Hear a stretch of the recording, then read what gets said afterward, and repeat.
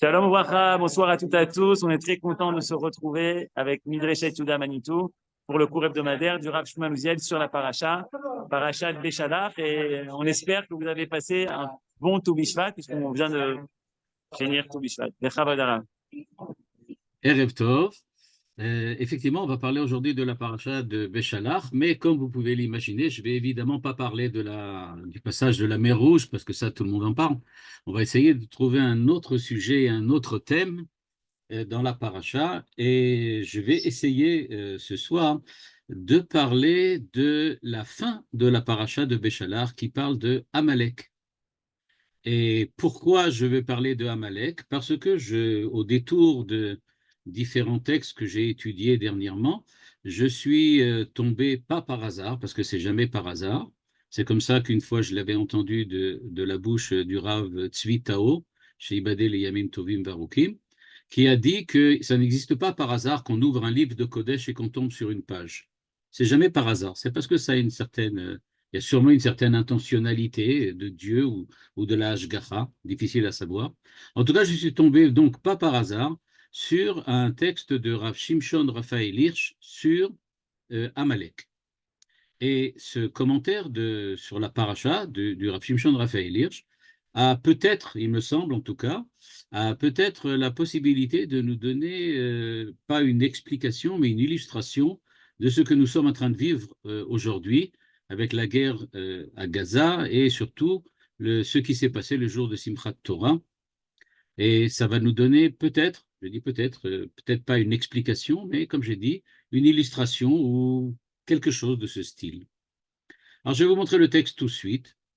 Alors, dans son commentaire, le Rav Hirsch, je suppose que vous l'avez maintenant devant vous, dans son commentaire, le Rav Hirsch va expliquer l'ensemble de la paracha, mais vous allez voir, et c'est ça qui va nous intéresser plutôt aujourd'hui, c'est qu'il va rattacher cette histoire d'Amalek avec l'ensemble de l'histoire de la sortie d'Égypte, et en même encore beaucoup plus large, avec l'ensemble de l'histoire d'Israël globalement. Alors j'espère que le texte est assez grand, je vais peut-être essayer de l'agrandir encore un peu, si c'est possible. Oui, voilà, c'est encore possible. Voilà.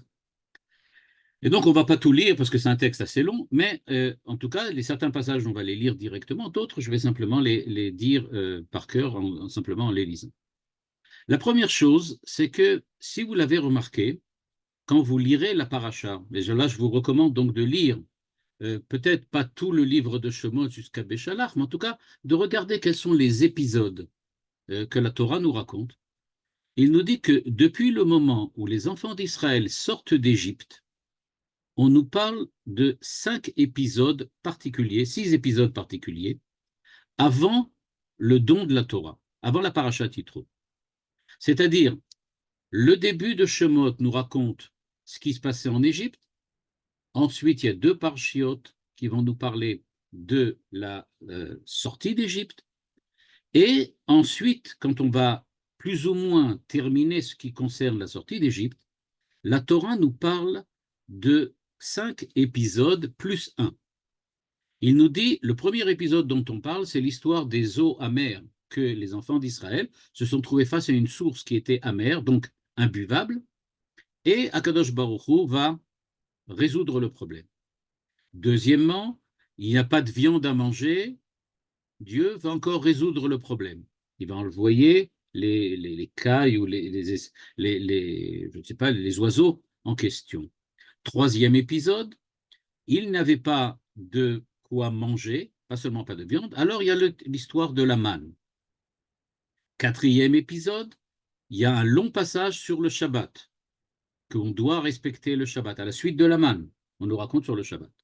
Et enfin, il y a le célèbre épisode dans lequel Moshe Rabbeinu fait sortir de l'eau du rocher. Ensuite, on nous raconte l'histoire d'Amalek, et enfin, on nous parle du fait que les enfants d'Israël vont aller recevoir la Torah. Le Rav Hirsch ne pose donc pas la question, j'aurais pu dire, mais la problématique. Pourquoi on nous raconte tous ces petits épisodes, j'aurais pu dire, qui ont l'air complètement épars, c'est-à-dire complètement, j'aurais pu dire, déconnectés de l'histoire? On aurait dû nous raconter, ils sont sortis d'Égypte, ils se préparent à recevoir la Torah. Peut-être qu'après, on peut nous dire, il y a eu des épisodes avec l'histoire de l'eau, de la à manger, du Shabbat, etc. Mais pourquoi dans cet ordre-là, même si c'est l'ordre chronologique, et surtout pourquoi l'importance de ces petits épisodes-là? Eh bien, nous dit le Rav Hirsch, il faut se rendre compte que tous ces épisodes-là, que ce soit les eaux amères, l'histoire des cailles, la manne et le Shabbat, tout ça, nous dit le Rav Hirsch à la ligne 6, ont prouvé au peuple d'Israël qu'il est possible de se rattacher à Dieu, d'adhérer à Dieu, de suivre les injonctions de Dieu, et il y a une possibilité de se libérer des contraintes des lois de la nature. C'est-à-dire aussi bien dans l'histoire des eaux amères, dans lequel Dieu fait un miracle et les eaux deviennent buvables. L'histoire qu'on n'avait pas à manger, il arrive la manne, il arrive l'écaille, que le Shabbat nous dit Dieu a créé le monde, c'est lui qui dirige le monde, que quand on a besoin de boire, Dieu peut faire sortir même d'un rocher de l'eau.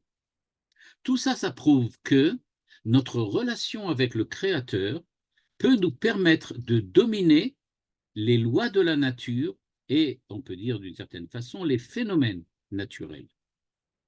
Tout ça, ça dépend de Dieu.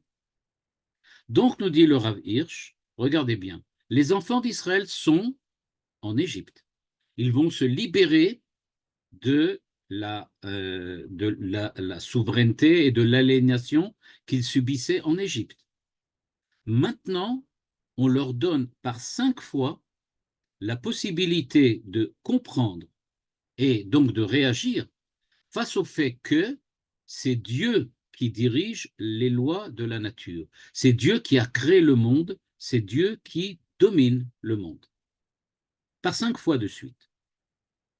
Toutefois, nous dit le Rav Hirsch, et c'est à la ligne 8 maintenant, c'est pas encore suffisant. Pourquoi c'est pas encore suffisant? Parce qu'ils vont recevoir la Torah bientôt. Qu'est-ce que la Torah, en fait, vient de rajouter de plus aux enfants d'Israël que ce qu'ils ont vécu jusqu'à présent? Quelle est la différence entre recevoir la Torah et faire partie de la famille de Yaakov, qui, quand elle était en Canaan, a très certainement pu vivre, elle aussi, la Hashgacha de Dieu, la providence divine.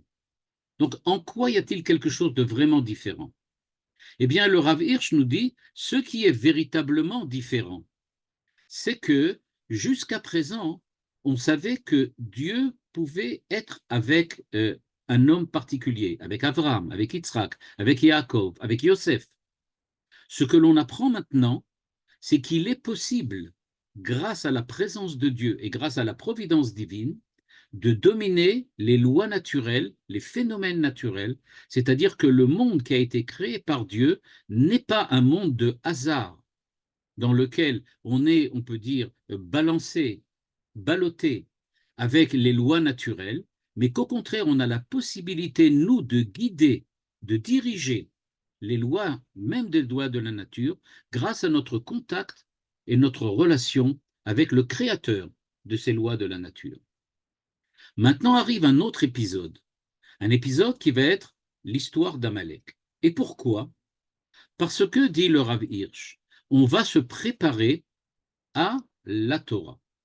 C'est-à-dire, il va falloir véritablement comprendre que la Torah va être ce qui va nous permettre de nous diriger, de nous guider à l'intérieur du monde durant notre existence. Toute notre existence doit être complètement imbibée de la Torah afin que nous soyons capables de vivre véritablement comme le peuple de Dieu. Et donc, nous dit-il, il y avait une chose qui nous manquait. On sait maintenant que grâce à Dieu, on peut arriver à canaliser les lois de la nature. Mais il reste un autre problème. Comment doit-on vivre avec les autres nations? Comment doit-on vivre avec les autres nations? Je vais poser la question, je vais poser peut-être la problématique du Rav Hirsch d'une manière peut-être encore un peu plus aiguë.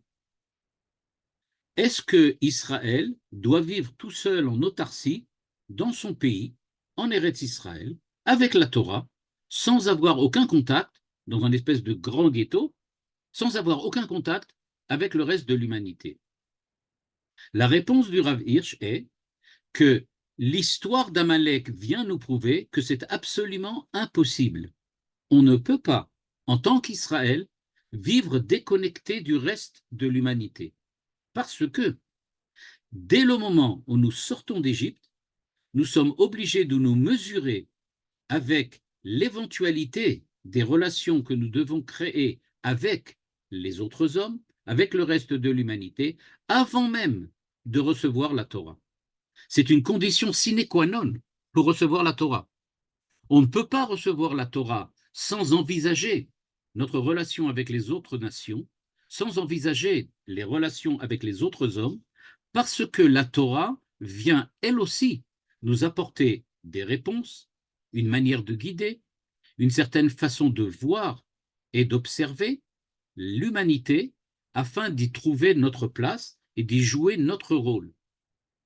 Et donc, nous dit-il, ce qui s'est passé, c'est que les enfants d'Israël sortent d'Égypte, et maintenant qu'ils vont sortir d'Égypte, eh bien, ils vont rencontrer directement, on peut dire d'une manière extrêmement violente, on peut dire comme ça, la véritable humanité, okay, auquel on verra pourquoi ce n'est pas la véritable, mais une certaine forme d'humanité avec laquelle nous allons devoir nous mesurer. Et nous dit-il, ce qu'il faut véritablement comprendre, c'est que dans les relations, dans le cadre de l'ensemble de l'humanité, on va dire donc comme ça, dans les relations internationales, parce que, comme nous le savons très bien, Manitou l'enseigne sans arrêt et l'ensemble des commentateurs sont d'accord aussi avec lui, que le passage entre Bereshit et Shemot, c'est bien le passage entre des êtres individuels, on en a parlé la semaine dernière, et un peuple. Et donc, nous sommes devenus un peuple. Donc, nous avons maintenant des relations, nous allons créer nécessairement des relations internationales dans le sens, nous allons devoir être en rapport avec les autres nations et les autres peuples. À partir du moment où nous sommes en relation et en rapport avec les autres peuples, nous dit le Rav Hirsch maintenant, il va falloir essayer de résoudre le problème fondamental de l'humanité qui est la violence. C'est ça le problème que nous avons à résoudre. C'est-à-dire que, je m'excuse de ne pas être optimiste, mais le Rav Hirsch nous dit tout de suite, vous allez sortir d'Égypte, vous allez recevoir la Torah. Avant même de recevoir la Torah, vous allez rencontrer un peuple qui va faire la guerre, qui va utiliser la violence. Vous n'avez pas le choix. Parce que le problème à résoudre, c'est de savoir comment, pourquoi et si possible, est-ce que, oui, on doit utiliser la violence. Donc, nous dit le Rav Hirsch, et c'est extrêmement important, il nous dit le véritable nisayon, c'est-à-dire, on peut dire comme ça, le véritable test que les enfants d'Israël ont dû passer tout de suite, à la seconde où ils sont sortis, c'est le test de se mesurer avec la violence. Et ce fait-là, nous dit le Rav Hirsch, est fondamental parce que la Torah, elle aussi, va venir, et on va le voir beaucoup plus que simplement venir, elle va nous aider, nous guider dans le cadre effectivement de ces relations entre les peuples qui sont toujours imbibés de violence. Donc, pour ainsi dire, on doit d'une part être conscient que Dieu dirige le monde de la nature, mais nous fait comprendre le Rav Hirsch, c'est pas suffisant de comprendre que Dieu dirige les petits oiseaux, les lapins et les fleurs. Ça, c'est sympathique, c'est bien, c'est poétique, mais c'est pas ça le véritable problème. Le véritable problème, on le rencontre cette semaine après la sortie d'Égypte, c'est la rencontre avec Amalek. À ce moment-là, je vais dire ça de cette manière-là, on peut dire que les enfants d'Israël sont sortis d'Égypte. C'est à ce moment-là, véritablement, qu'ils sont sortis d'Égypte. Parce que si, comme je l'ai dit tout à l'heure, il s'agissait de vivre dans un ghetto, alors effectivement, on serait sorti d'Égypte, on aurait reçu la Torah, on serait rentré en Israël et ça serait tout fini. Mais non, il y a un petit épisode qui va s'avérer un épisode fondamental, va nous expliquer le Rav Hirsch, c'est celui de la rencontre, le fait de se mesurer avec la guerre, avec la violence. Et comme je disais tout à l'heure, ça va commencer peut-être à nous indiquer un certain chemin de pensée pour comprendre ce qui se passe aujourd'hui aussi. Et comme je l'ai fait remarquer, peut-être que cette idée-là, c'est une idée du Rav Hirsch, et puis en fin de compte, on n'y est pas vraiment obligé de la suivre, après tout. Le fait est, c'est que ce n'est pas aussi simple que ça. Parce que si on remarque bien, il y a eu deux sorties d'Égypte d'une certaine façon. La première sortie d'Égypte, c'est le fait que Yaakov est parti de chez Lavan, qui, là aussi, il était aliéné d'une certaine façon. Je rappelle que dans la Haggadah de Pessah, on parle Arami, Oved, Avi, Vayered, Mitzrayma, etc., etc. Donc, on nous parle bien du fait qu'on était chez Lavan, chez Ratza, la Akor et Takol, la Akor et Takol. C'est-à-dire, on était chez Lavan dans une situation qui ressemblait beaucoup, d'une certaine façon, à ce qui s'est passé ensuite, quand les enfants d'Israël sont arrivés en Égypte. Eh bien, nous dit le Rav Hirsch, est-ce que vous avez remarqué que quand Yaakov sort de chez Lavan et qu'il se dirige maintenant vers Eret Israël, eh bien, il est à l'origine de ce que les enfants d'Israël vont faire quand ils étaient en Égypte, aliénés, qu'ils vont sortir d'Égypte et se diriger vers Eret Israël. En chemin, qu'est-ce qui leur arrive? Yaakov, il lui arrive un petit problème, c'est qu'il va rencontrer l'ange d'Ésav qui va essayer de l'empêcher d'arriver en terre de Canaan, et on le devine, il va essayer de tuer Yaakov, en fait. C'est-à-dire que Yaakov sort de Lavan, il a réussi à résoudre le problème de Lavan lui-même par des moyens diplomatiques. Je rappelle, il a fait un accord. Il a fait un accord avec Lavan dans lequel il a dit à Lavan, voilà, toi tu vas jusqu'à là, moi je vais jusqu'à là, on met une pierre ici dans laquelle on dit ça c'est la limite entre nous. On a fait un accord territorial super. Chacun a sa zone d'influence, on reste tranquille chacun de notre côté de la frontière. Mais ça ne suffit pas. Dès qu'il arrive et qu'il dépasse la frontière d'Israël et qu'il arrive en Israël, il se trouve face à la violence de l'ange qui essaye de le tuer, et Yaakov arrive à le vaincre, super, et il va pouvoir ensuite rentrer en terre d'Israël et se mesurer avec Esav lui-même. Mais on sait déjà qu'il a vaincu Esav, puisque c'est terminé cette nuit-là face à l'ange. Eh bien, nous dit le Rav Hirsch, c'est pas pour rien. On retrouve le même schéma au moment où les enfants d'Israël sortent d'Égypte. Ils sortent d'Égypte, il leur arrive toutes sortes de choses qui montrent que miraculeuses, etc., etc.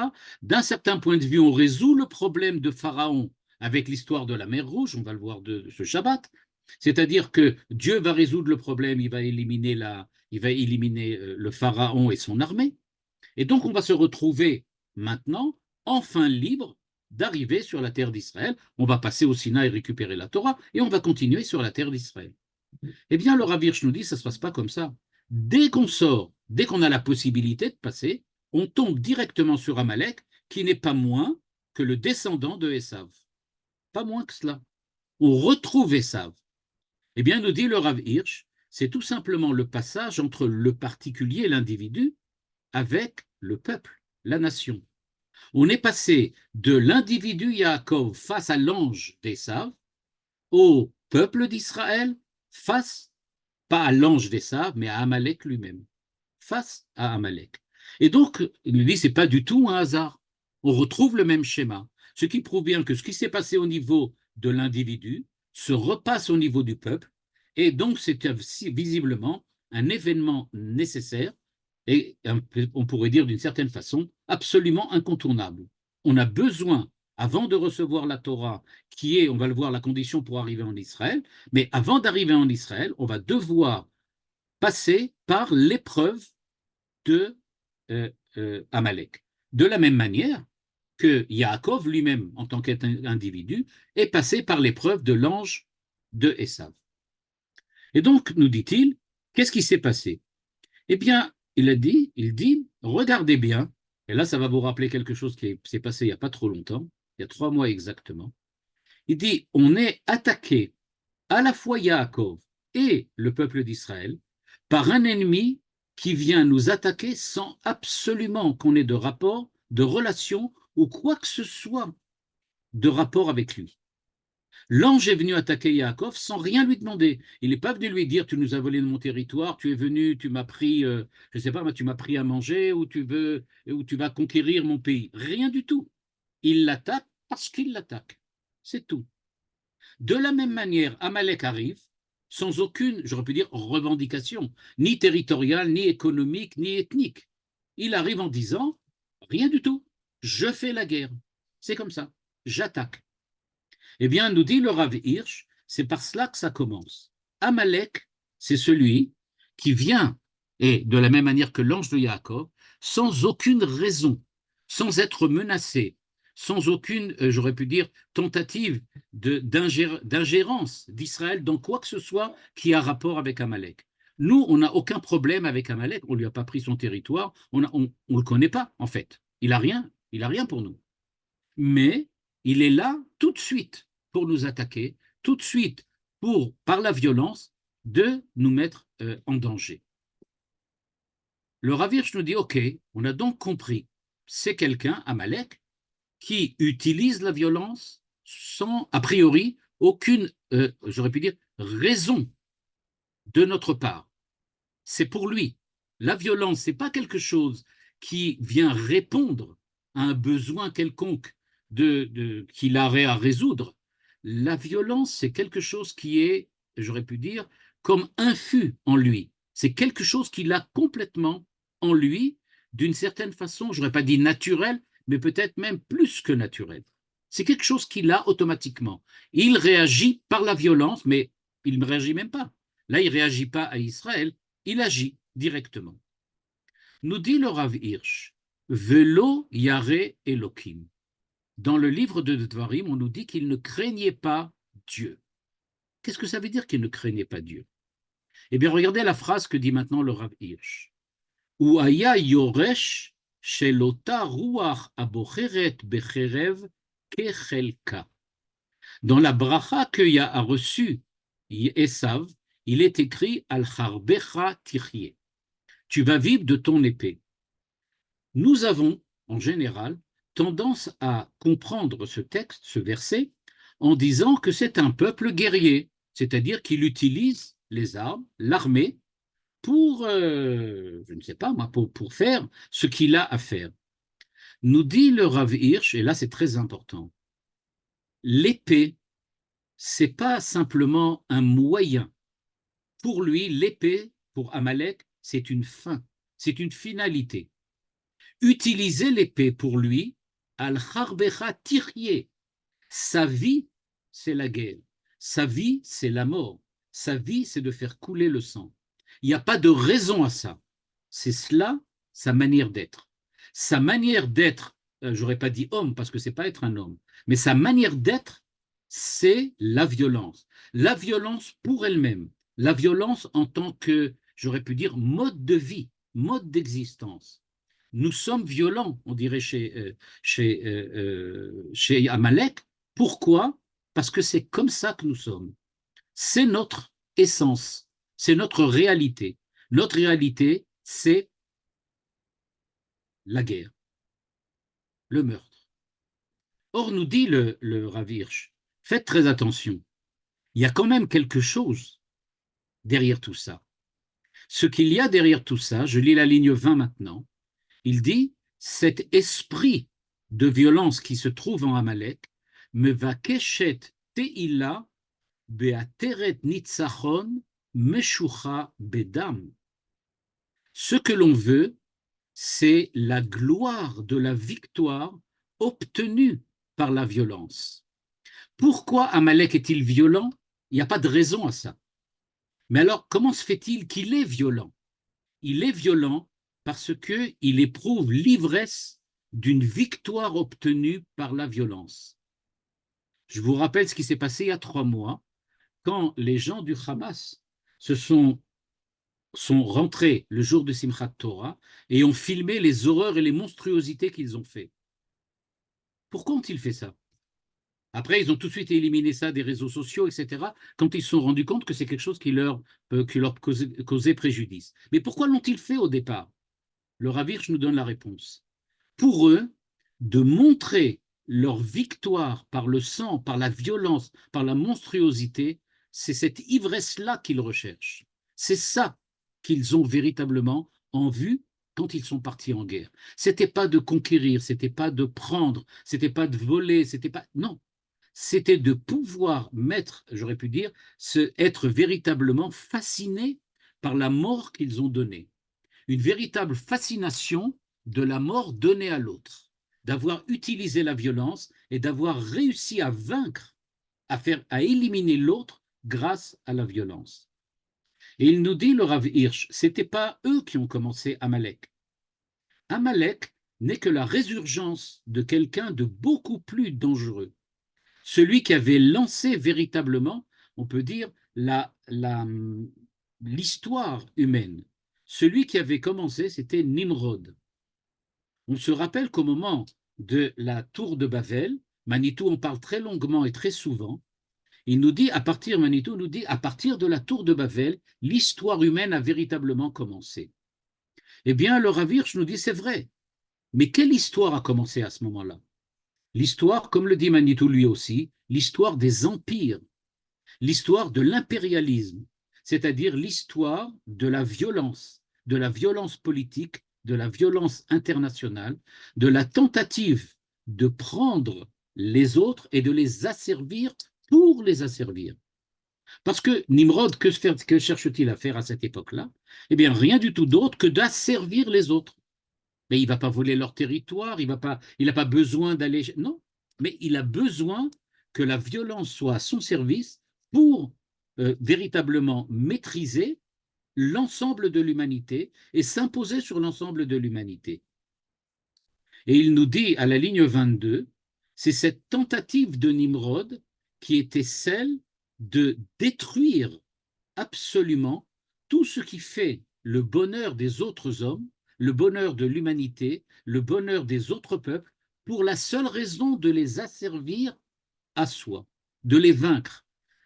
Faites attention, il va le dire tout de suite. Pharaon, il le dit dans la ligne 25 à la ligne 30, il dit le Pharaon utilisait la violence lui aussi en Égypte. Effectivement, on ne peut pas nier que les enfants d'Israël étaient véritablement asservis. Véritablement, ils étaient asservis par les Égyptiens. On ne peut pas parler de quelque chose qui n'était pas violent. Mais c'est une différence énorme.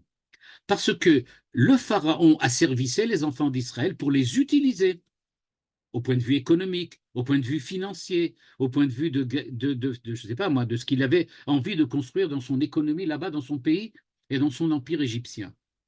Ce n'est pas du tout le cas d'Amalek. Amalek veut la gloire de la victoire dans la guerre. C'est tout. Il n'est pas intéressé à prendre Israël, à la servir, à l'utiliser comme esclave. Il est intéressé à le vaincre simplement parce qu'il veut la guerre, la violence, la mort. C'est la seule chose qui l'intéresse. Et donc, nous dit-il, quand est-ce que Amalek s'arrêtera-t-il?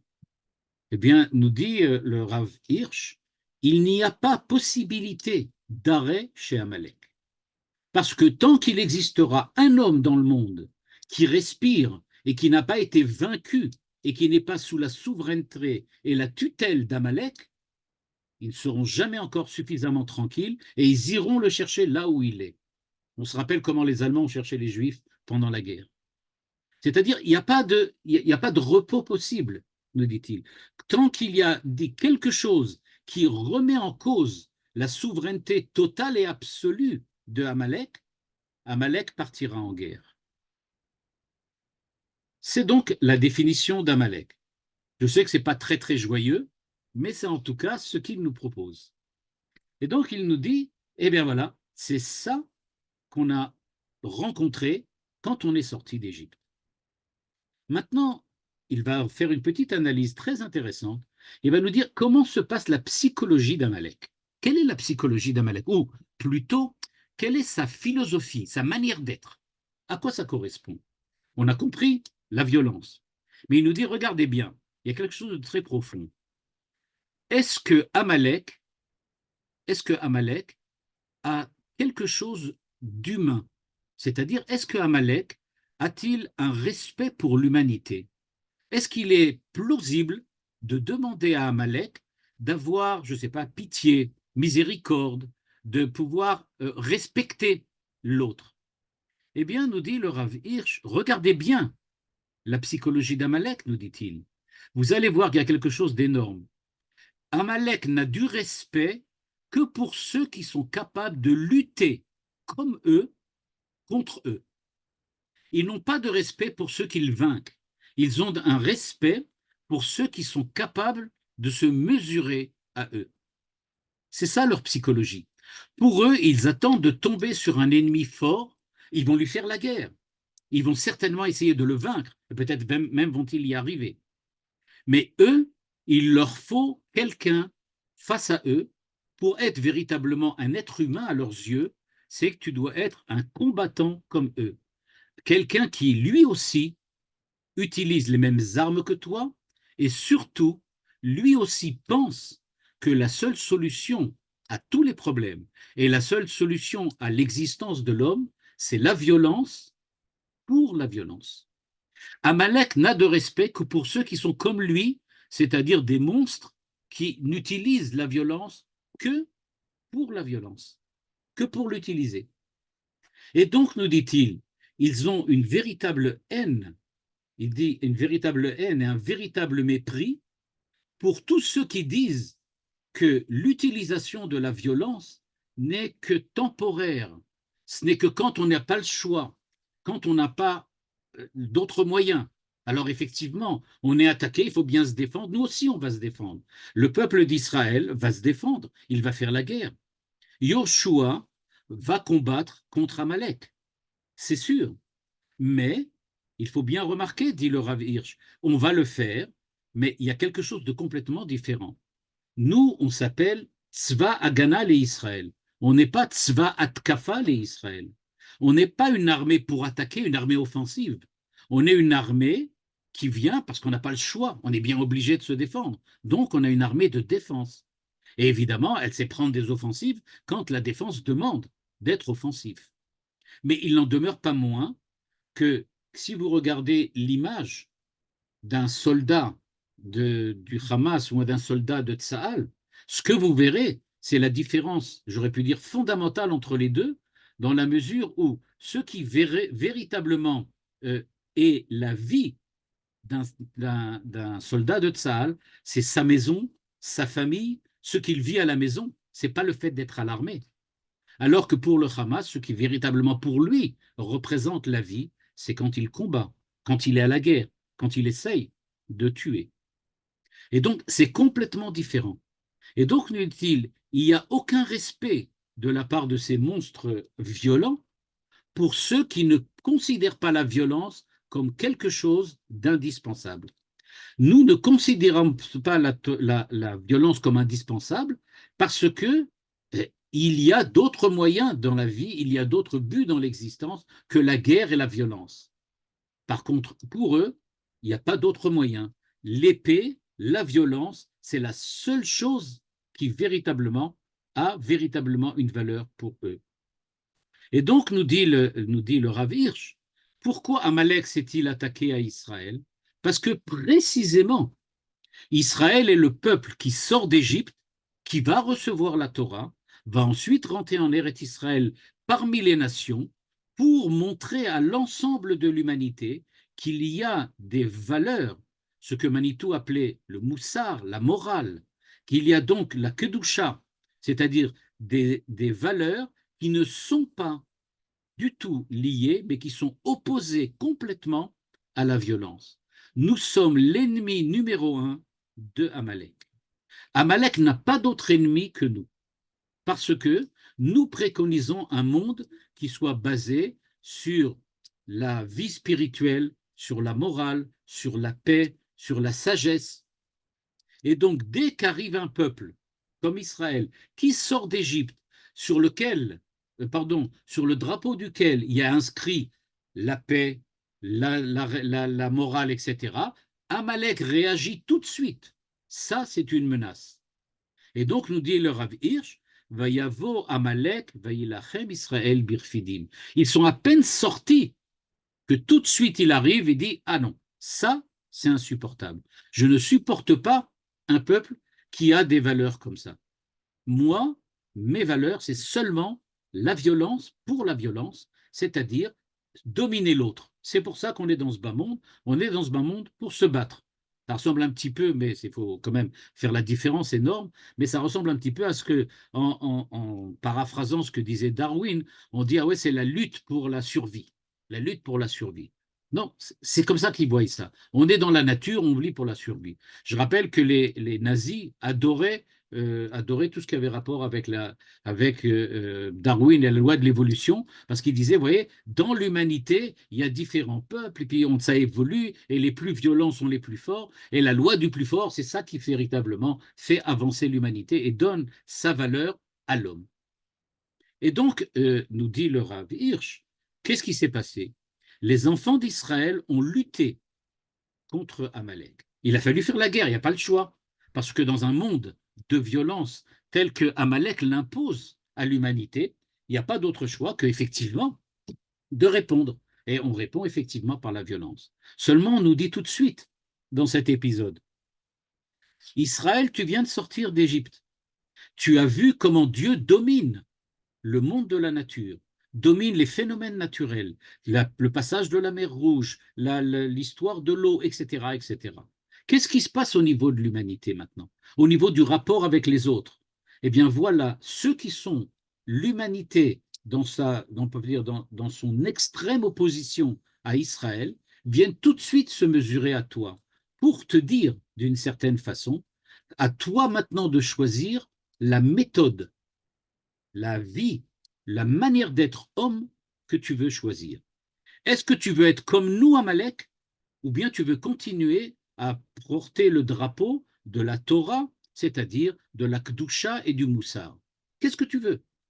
Et Israël répond, je vais me battre contre toi, je vais lutter contre toi, mais Moshe, sur la montagne, va prier Dieu pour bien dire que nous sommes conscients que de même que Dieu domine le monde de la nature, il est aussi celui qui dirige le monde de l'homme et celui qui dirige l'histoire de l'humanité.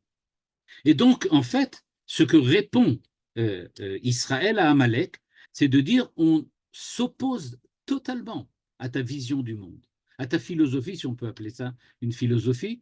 Par exemple, au niveau des nazis, on sait que c'est difficile de parler d'une philosophie, quoique. Et donc, la réponse d'Israël, elle est cinglante. Elle dit, on va faire la guerre contre toi, on va, effectivement, on l'a vu historiquement parlant, on voit que Israël va dominer Amalek, mais au moment où ils le font, ils disent, on regardait les mains de Moshe, parce que c'est les mains de Moshe qui ont apporté la victoire. Alors maintenant, faites attention, on n'est pas des pacifistes. C'est-à-dire, on n'est pas resté debout face à Amalek en disant on va prier, tout va se résoudre. Mais pas du tout. On s'est battu contre lui. Mais on savait qu'on n'est pas les seuls. Il n'y a pas que nous qui nous battons.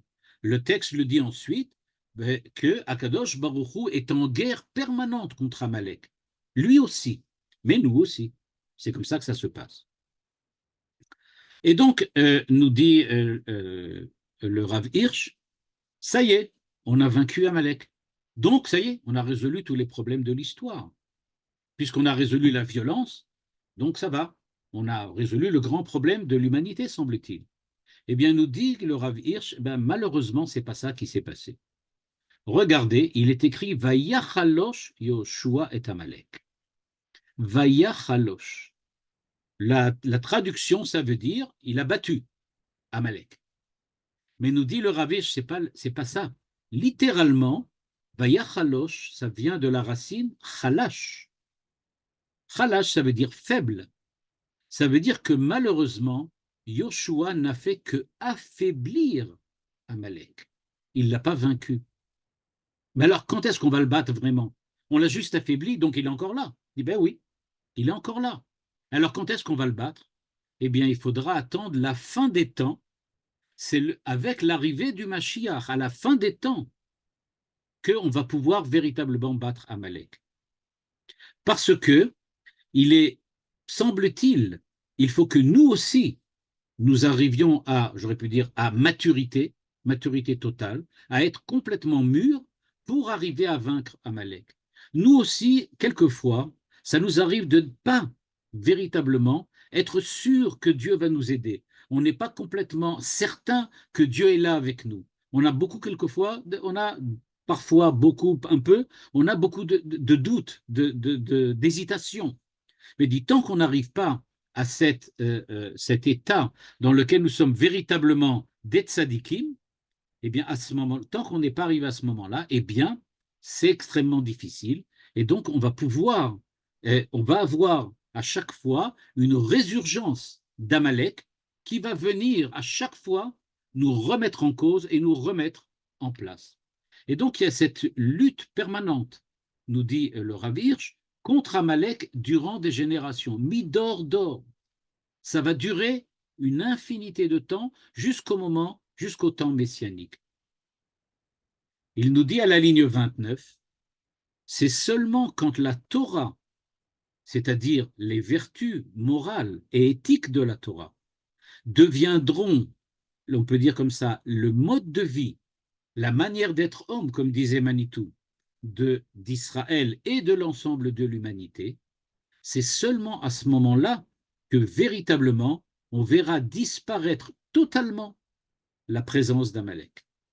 Tant qu'il reste quelque part dans l'humanité et en Israël peut-être aussi, des gens qui pensent qu'on va essayer par nous-mêmes de vaincre Amalek, ça ne marchera pas. Il faut savoir que ce qui fait vaincre Amalek, c'est on peut dire, cette morale, cette éthique qui doit être absolument, et j'aurais pu dire fondamentale, et fondamentalement investie dans l'histoire d'Israël. Et là, le Rav Hirsch, à la ligne 33, rajoute peut-être la phrase la plus importante de son commentaire sur Amalek. Il nous dit, en décrivant cela, c'est-à-dire en écrivant que nous avons seulement vaincu ou affaibli Amalek, mais pas encore définitivement vaincu, il nous dit, Mefaresh hakatuv, shezoi tachlita asofit, shel hashgachat Hashem bahistoria. C'est-à-dire, nous dit-il, ce que nous attendons dans l'histoire, ce que nous vivons aujourd'hui, en vue de quoi nous vivons aujourd'hui, c'est effectivement l'éradiction d'Amalek, c'est-à-dire l'éradiction de la violence. On essaie de véritablement effacer tout amalékisme du monde, et c'est cela le but de la Hashgachat Hashem. C'est pour ça que Dieu est là. Et donc c'est vrai que nous avons affaibli, et durant toute l'histoire, Israël va essayer d'affaiblir. Et par exemple, Manitou disait le fait que le christianisme soit rentré dans l'humanité, même l'islam soit rentré dans l'humanité, ça fait que maintenant les hommes ont une plus grande facilité pour aborder les vertus morales, ils sont capables d'aborder l'éthique. Eh bien, toute cette conduite morale et éthique, grâce aux autres religions, grâce à l'évolution de la culture, etc. Il dit tout cela, ce sont des éléments extrêmement importants qui affaiblissent cette fascination de la violence et cette fascination de la mort. Mais il dit, mais ce n'est pas encore définitivement éradiqué. Il va falloir attendre longtemps. Il nous dit donc, Macho emche et zecher Amalek mitachat hashamayim. Dieu dit en fin de compte, moi, j'effacerai tout ça. Quand vous serez arrivé à un état dans lequel vous avez compris, saisi, et que l'ensemble de l'humanité est prête à recevoir la royauté divine au temps messianique, à ce moment-là, j'effacerai définitivement le souvenir d'Amalek. C'est-à-dire, nous dit-il, ce n'est pas seulement le Amalek physique qu'il faut détruire. Il dit il faut détruire véritablement la philosophie d'Amalek, la pensée d'Amalek, la volonté d'Amalek. Parce que le problème d'Amalek, ce ne sont pas les hommes du Hamas, combien de soldats ou pas moins de soldats. C'est l'esprit du Hamas qu'il faut détruire complètement. L'esprit d'Amalek, c'est ça. Et ça, on se doute bien que ça ne va pas se finir du jour au lendemain, même après 6 mois de guerre. Et donc, cet esprit de violence, cette espèce de folie qui n'est même déjà plus humaine, cette folie qui est en fait inhumaine, qui considère la violence comme un but en soi et la fascination de la mort comme une raison d'être, il dit cela, ça va prendre des centaines d'années à être effacé. Dieu merci, ça a déjà commencé depuis longtemps, on voit que ça évolue, mais on ne peut pas nier, ça existe encore. Et le jour de Simchat Torah cette année, on en a eu l'expérience absolument tragique. Nous dit le Rav Hirsch, ok, vous voulez encore voir ça, comment ça fonctionne? Regardez, que se passe-t-il après la guerre contre Amalek? On nous dit, Moshe a construit un autel pour remercier Dieu d'avoir donné la victoire pendant la guerre. Il a construit quelque chose. Il nous dit, vous voyez, c'est ça la différence. Nous, on construit. Eux, ils détruisent. Tout ce qui fait la philosophie d'Amalek, c'est la force de la destruction. C'est la violence pour détruire, pour effacer, pour éradiquer. Nous, nous construisons. C'est-à-dire, nous dit-il, la Torah vient donner à l'homme la possibilité de trouver un chemin pour construire une humanité ayant une valeur, ayant un être qui représente quelque chose d'humain. Et c'est donc le contraire absolu de j'ai envie de dire de l'armée de Amalek, de l'arme d'Amalek. Pourquoi a-t-il construit donc? Parce que, effectivement, le but de la Torah, c'est de construire l'humanité, pas de détruire, contraire d'Amalek. Comment a-t-il appelé son misbéach? Comment a-t-il appelé son autel? Il l'a appelé Hachem Nissi, Dieu est mon miracle. Et là, vous allez voir quelque chose d'exceptionnel. Il nous dit non, non, non. Hachem Nissi, ça ne veut pas dire Dieu est mon miracle. Ça veut dire Dieu est mon drapeau. Nes, c'est un drapeau. C'est vrai qu'un miracle, c'est comme un drapeau. C'est-à-dire que si tu ne sais pas lire les couleurs et les emblèmes qui sont sur le drapeau, tu ne comprends pas de quoi il s'agit. Et de la même manière, un miracle, tu ne peux pas comprendre que c'est un miracle si tu ne sais pas le lire, si tu n'arrives pas à le décrypter, si tu n'arrives pas à le déchiffrer dans la nature. Tu as vu quelque chose, tu peux croire que c'est naturel. Et donc, nous dit-il, pourquoi un drapeau? Ligne 14. Matarato shel hamif'al shenosad והתחיל על ידי השם באמצעות משה, אינה רק הקמת עם ישראל כשלעצמו. תכלית הבניין האלוקי, רוממותו של כל דבר אנושי בישראל, היא להילחם לכל דבר בלתי אנושי ולגבור עליו. בנייה זו אין מטרה לתקוף מישהו, אך היא נתונה תחת התקפה, כמו שעשה עמלק, והיא חייבת להגן על עצמה, מאבק הגנה זו, Amalek yuchra tartav. C'est-à-dire, nous dit-il, le drapeau vient montrer le signe, le symbole de la victoire. Il nous dit, nous avons lutté, nous avons fait la guerre contre lui. Hachem Nissi, ce que nous avons construit après la guerre, vient prouver que nous n'avions pas comme but la destruction, n'avait pas comme but l'anéantissement pour l'anéantissement, la violence pour la violence. On n'avait pas du tout l'intention d'attaquer, on se défendait. Mais nous, nous sommes différents d'Amalek. Et donc, ce qui fait le drapeau, c'est-à-dire ce qui montre la victoire à tout le monde, quand on voit un drapeau, tout le monde sait de qui on parle. Eh bien, dit-il, ce qui montre véritablement notre intention, c'est ce drapeau, c'est-à-dire la construction d'un autel. La construction qui vient montrer, créer une véritable relation entre le Créateur et Dieu. Et donc, nous dit-il, tant que l'homme n'est pas complètement moral et éthique, tant qu'il n'est pas complètement attaché à Dieu, alors effectivement, Dieu dominera tout le temps la nature. Mais l'histoire va rester encore un énorme champ de bataille. Et là, c'est terrible, parce que le Rav Hirsch, en fait, nous dit, regardez bien, Dieu nous dit d'office, il n'y a pas besoin de passer de tests, il n'y a pas besoin de passer d'épreuves et d'examens. Je domine la nature, et c'est pour ça que les 5 épisodes qui précèdent l'arrivée d'Amalek nous sont racontés sans problème. Voilà, il y avait un problème comme ci, un problème comme ça, Dieu a résolu. On voit bien que Dieu domine la nature. Parce que, dit le Rav Hirsch, c'est normal. C'est comme ça que l'histoire a été créée. L'histoire humaine, c'est donc l'histoire de l'humanité dans lequel Dieu domine la nature quoi qu'il arrive. Par contre, au sujet de la domination dans l'humanité, c'est à l'humanité elle-même de commencer à faire le premier pas en acceptant sur elle de suivre la morale, de suivre les principes de l'éthique et d'être maintenant des gens qui sont fondamentalement contre ce qui est anti-Dieu, anti-homme, c'est-à-dire la violence pour la violence. Et donc, et nous dit le Rav Hirsch, il n'y aura pas le choix. Il va falloir que vous fassiez un effort. C'est ça le but de la Torah, en fin de compte. Dieu nous donne la Torah pour nous permettre d'accomplir cette mission énorme qui est de rendre l'humanité humaine, afin que cette humanité-là puisse rentrer en contact avec Dieu et vivre en, on peut dire, en harmonie avec la volonté divine. Est-ce que Dieu est véritablement le roi du monde? Eh bien, le Rav Hirsch nous répond, oui, c'est vrai, il est le roi du monde de la nature. Mais le roi du monde de l'homme, l'est-il encore? Il va falloir attendre. C'est pour ça qu'on nous dit que le trône de Dieu ne sera jamais complètement parfait tant que Amalek sera là. Et pourquoi? Le trône de Dieu, c'est là où Dieu réside. C'est nous.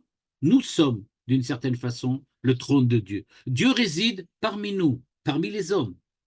Et donc, quand est-ce que le trône sera parfait? Ben, tant que Amalek, au moment pardon, où Amalek disparaîtra. Tant qu'il y aura l'esprit d'Amalek quelque part, eh bien, on aura toujours à lutter et toujours à prouver que Dieu veut autre chose que la violence pour la violence et la mort comme fascination. Et donc, c'est cela, nous dit le Rav Hirsch, que nous enseigne ce passage de Amalek juste après la sortie d'Égypte. Nous avons rencontré Amalek, c'est-à-dire qu'on n'a pas eu le choix. On va recevoir la Torah pour aller en Israël pour aider l'humanité. Mais à quoi? Ben, Dieu dit à effectivement éradiquer Amalek. C'est cela. Et donc, c'est pour ça qu'on l'a rencontré tout de suite. Il faut savoir, tu ne peux pas recevoir la Torah si tu ne sais pas ce que c'est Amalek, parce que c'est ça ce que l'on demande. On ne peut pas savoir véritablement les horreurs et la monstruosité auxquelles l'homme peut arriver tant qu'on ne les rencontre pas une fois au moins. Et donc voilà, l'histoire nous a donné, malheureusement, tragiquement, l'occasion de rencontrer encore une fois un Amalek. C'est pas qu'on le veut, c'est pas qu'on le voulait, mais c'est ça.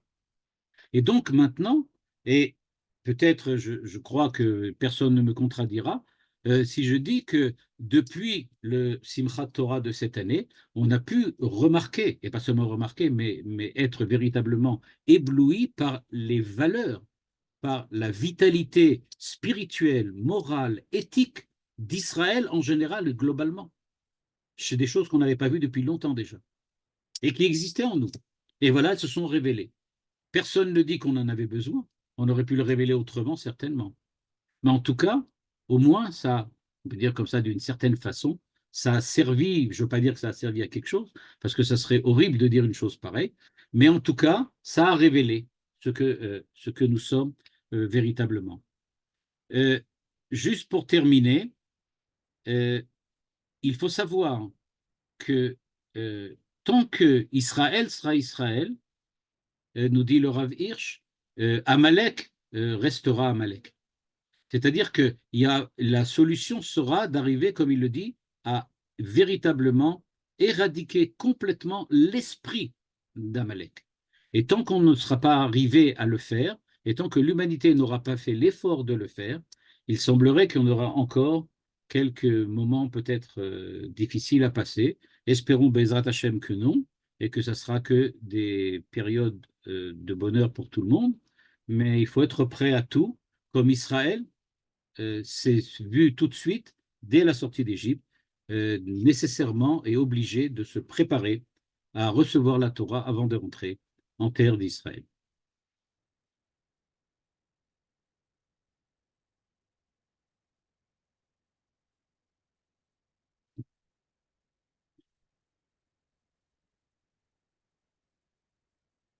Alors, je pense que si Johan veut libérer les micros, alors vous allez pouvoir réagir.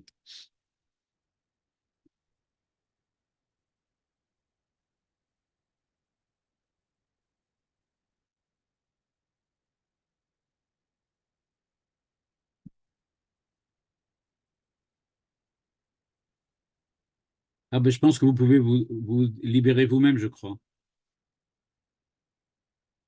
Non. Bon, il y a quelqu'un qui veut réagir, peut-être moi je peux vous libérer. Ah, alors attends, j'essaie. Là, vous arrivez à réagir, Madame Segal? Oui, merci. Voilà, voilà, vous pouvez réagir. Je voudrais poser une question. Qui Bavakasha. a créé Amalek? Ce sont les enfants de Esav. C'est ce que dit le texte. C'est-à-dire qu'il s'agit véritablement des enfants de Esav. C'est-à-dire ceux qui sont les descendants de Esav. Et donc, ils ont d'une certaine façon recueilli ce que Esav avait, c'est-à-dire la possibilité d'utiliser son épée comme raison d'être, comme raison de vie. Parce qu'en fait, Esav, si ça avait bien marché avec son frère, Esav aurait été intégré à l'histoire du monde. Et qu'est-ce qui s'est passé avec Amalek si c'est les descendants d'Esav? Moi, j'ai l'impression que Hachem, il a compris que si on doit être moral, il faut qu'on ait quelqu'un qui est immoral. C'est-à-dire que c'est notre façon de survivre à une opposition de cette façon-là. C'est pas que c'est pas une façon de vivre une opposition. C'est-à-dire, il nous dit qu'il y aura du Amalek tant que nous, on n'aura pas éradiqué de l'esprit d'Amalek. C'est-à-dire, il nous dit être moral pour nous, c'est effectivement enlever Amalek. C'est enlever Amalek. Alors, effectivement, il y aura certainement des fois dans lesquelles on n'aura pas la possibilité d'éradiquer complètement Amalek, mais en tout cas, il y a quelque chose. Il y a quelque chose de possible. Que le Rav Cherki raconte. Oui, oui. Je me rappelle. Ça, qu'en fait, c'est ça. Pardon? Ils ont fait la paix. Alors, je comprends.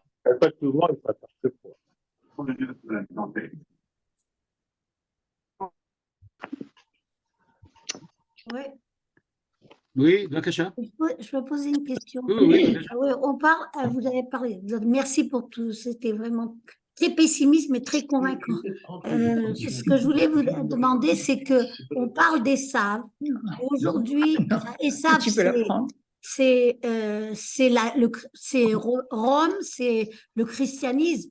Et aujourd'hui, on a affaire à l'islam, à Ishmaël. à Ishmaël. Voilà, effectivement. Dans la typologie de Manitou, que nous connaissons tous, il y a effectivement Esav, Ishmaël, qui sont les deux, j'aurais pu dire comme ça, les deux concurrents d'Israël, dans lesquels nous sommes effectivement en lutte contre Esav et contre Ishmaël. Ce qui est, à mon avis, ici le chidouche du Rav Hirsch, qui ne contredit pas du tout ce que dit Manitou, qui va en parallèle à Manitou, c'est qu'aujourd'hui, je pense, moi personnellement, maintenant, vous pouvez me dire que vous n'êtes pas d'accord, c'est vrai, que le Hamas, ce n'est pas Ishmaël. Le Hamas, c'est Amalek, c'est autre chose. C'est pas la même typologie. On n'est pas en lutte contre Ishmaël quand on est en lutte contre le Hamas. Le Hamas a prouvé qu'il était Amalek. C'est ce que dit le Rav Hirsch. Cette violence pour la violence, cette monstruosité, c'est pas Ishmaël. Ishmaël, c'est autre chose encore. On a une lutte contre Ishmaël, mais notre problème maintenant, c'est pas Ishmaël. Notre problème aujourd'hui, c'est Amalek. Ce sont quelque chose, une réminiscence. C'est une réminiscence de l'amalekisme, quelque chose comme ça. Est-ce que c'est pas une dichotomie, le bien et le mal? Non, c'est pas le bien et le mal. C'est là, il faudrait que. J'ai dit tout à l'heure, j'ai fait tout juste une allusion parce que je voulais vraiment pas rentrer là-dedans. Quand j'ai dit qu'il y a une philosophie du nazisme, ça serait intéressant. Il faudrait le faire peut-être une fois, mais c'est vraiment. Si vous trouvez que c'est un peu pessimiste, alors là, on sera vraiment dans le pessimisme. C'est essayer de comprendre de l'intérieur pourquoi un nazi et un Amalek pensent comme ils pensent. C'est-à-dire, quelle est sa philosophie? Comment il voit le monde? Mais c'est quelque chose qui existe. Il y a une vision du monde d'Amalek, c'est oui, une vision du monde. Sans Dieu, c'est sans Dieu. Oui, il dit Lo yare Elohim, il n'y a pas de Dieu là-bas. Sans Dieu, il n'y a pas de morale divine. Il n'y a que des rapports de force. Tout est dans les rapports de force. Bon, il faudrait le montrer. Ça peut être très intéressant et on retrouve ça un petit peu chez Heidegger, un petit peu. Si vous lisez le livre de Farias, vous verrez qu'il parle de ça très très bien. On retrouve chez Heidegger quelque chose comme ça. de la défense de l'Afghanistan a déclaré aujourd'hui aux combattants de l'unité hier, alors le programme découvre dans les tunnels qu'il a posé pour lui-même beaucoup. Bon, d'abord. Bon. Oui, Ok, Bonsoir, Rav. oui, bonne nuit. bonsoir, Bevakasha. Bonsoir, merci pour votre cours. Oui. Juste une petite remarque. Bevakasha. Amalek le Hamas a été défini en tant qu'Amalek par Joe Biden en disant qu'il était le mal absolu. Ah, je ne savais pas. Bah, en Il l'a tout cas, défini lui-même, il rejoint le Rav Hirsch, c'est pas mal. le mal absolu. Le mal absolu, oui. Oui, c'est mais vrai. il le défend quand même. Ça, c'est notre problème. Ça, c'est encore un autre problème, effectivement, comment réagir. Ouais, Là, bon, dans un autre cours que j'ai fait par ailleurs, j'ai essayé de montrer quelles sont les possibilités de réaction par rapport à la violence. Pas par la violence pour la violence, mais par la violence. Et seulement dans le XXe siècle, parmi les penseurs du XXe siècle, j'ai trouvé à peu près 10 à 12 différentes théories ou pensées différentes. Donc c'est assez compliqué. Toda rabba, Rav. Bevakasha. Mais l'humanité va, comment dire, va mettre encore certainement beaucoup de temps. C'est triste d'imaginer que ça va pas se faire en claquant dans les doigts. Cette Oui, oui, évolution. je reconnais que c'est pas optimiste. Le Ben Ravir, ouais. c'est pas optimiste ici. Non, vraiment Oui, pas. mais bon, Il à ne dit juste pas. titre. Mais on a gagné, il faut savoir qu'on est déjà revenu sur la terre d'Israël, que le peuple juif est déjà revenu sur la terre d'Israël, qu'on est en train de construire maintenant quelque chose sur la terre d'Israël qui n'a jamais été fait depuis déjà très longtemps, et que ce qu'on est en train de construire, je pense en tout cas ces derniers mois l'ont montré, c'est qu'il y a un potentiel énorme au niveau spirituel, moral, éthique, c'est véritablement exceptionnel. Et donc je dis, ce potentiel qu'on a vu maintenant, je suppose qu'il va effectivement pouvoir fructifier par la suite et apporter effectivement beaucoup de choses positives et peut-être accélérer le processus. Mais espérons que ça sera ce qui va se passer et qu'on ne va pas retomber dans l'ornière des petites discussions qu'on avait avant. Ce serait tellement lamentable et tellement dommage.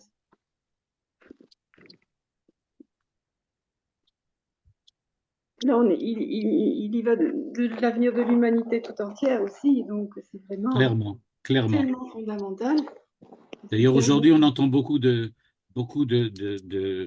commentateurs politiques qui disent que il y a l'histoire d'Israël maintenant avec le Hamas, c'est pas seulement l'histoire d'Israël avec le Hamas, ça commence à s'élargir beaucoup plus et on voit déjà qu'il y a déjà beaucoup d'autres peuples, d'autres pays qui rentrent dans ce conflit et qui commencent à prendre position et qui, en fait, on a l'impression que, comme dit le Rav Hirsch, qu'on se retrouve avec la même épreuve qu'il y avait à la sortie d'Égypte, c'est-à-dire qu'on te dit qu'est-ce que tu veux? Est-ce que tu choisis Amalek ou tu choisis Israël? Qu'est-ce que tu veux faire maintenant? Quel monde tu veux voir se créer? On a l'impression que c'est ça qui va être en jeu peut-être. Oui. Mais il y a une opposition tellement épouvantable au niveau de la haine d'Israël au niveau mondial que c'est un obstacle énorme à vaincre, à dominer, à surpasser déjà dans l'état d'esprit. Dans Ouais. l'état d'esprit en général. Vous savez, Manitou disait toujours qu'on était des Hébreux, des Ivrim. Alors en Oui. français, hébreu, ça ne veut pas dire grand-chose. Mais Ivrim, c'est beaucoup plus clair en hébreu, effectivement. Et Ivrim, ça veut dire, comme dit le Midrash, que Anachnu me'ever echad v'kol ha'olam kulo me'ever hasheni. C'est-à-dire que nous, on est d'un côté et les autres, ils sont de l'autre côté. Ever dans le sens de côté, la berge. Et donc, voilà, alors on n'est pas aimé des autres, bah oui, voilà. C'est pas nouveau, hein. Non, c'est Non. pas nouveau et semblerait que ça va encore durer un petit moment, mais peut-être que pas Bezrat Hashem. Et comme le dit le Rav Hirsch, peut-être ça peut se finir rapidement. Un retournement de Amen. situation. Voilà, Bezrat Hashem. Ouais. Chez Nishmarat Besorot Tovot, c'est que Amen, tous les Chayalim amen. reviennent en bonne forme, Bezrat Hashem. Amen. Amen. Oui. Merci beaucoup pour ce cours. Bevakasha. Tadam. Vraiment.